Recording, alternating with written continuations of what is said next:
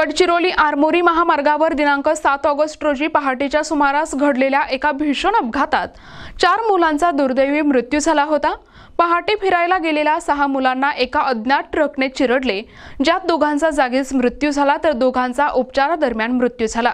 या अपघाताला कारणीभूत ठरलेल्या ट्रक चालकाला अखेर 48 तासांच्या अथक तपासानंतर पोलिसांनी ताब्यात घेतले आहे। हा अपघात दिनांक 7 ऑगस्ट रोजी पहाटे 5 वाजण्याच्या सुमारास घडला, जेव्हा काटली येथील 6 मुले काटली ते नगरी फाटा रस्त्याने व्यायामासाठी गेले होते। भरधाव वेगात आलेल्या ट्रकने त्यांना चिरडले।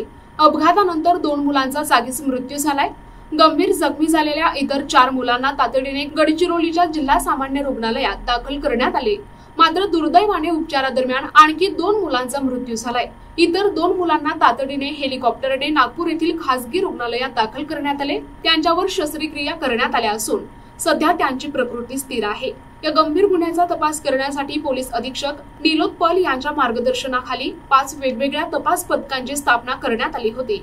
या पथकांनी प्रत्यक्षदर्शी, साक्षीदार, सीसीटीव्ही फुटेज आणि इतर तांत्रिक पुराव्यांच्या मदतीने तपास केला। नागपूर येथील न्याय वैद्यकीय प्रयोगशाळेच्या पथकाकडून मिळालेल्या पुराव्यांवरून पोलिसांनी गुन्ह्यात वापरलेला ट्रक छत्तीसगड राज्यातून ताब्यात घेतला आहे।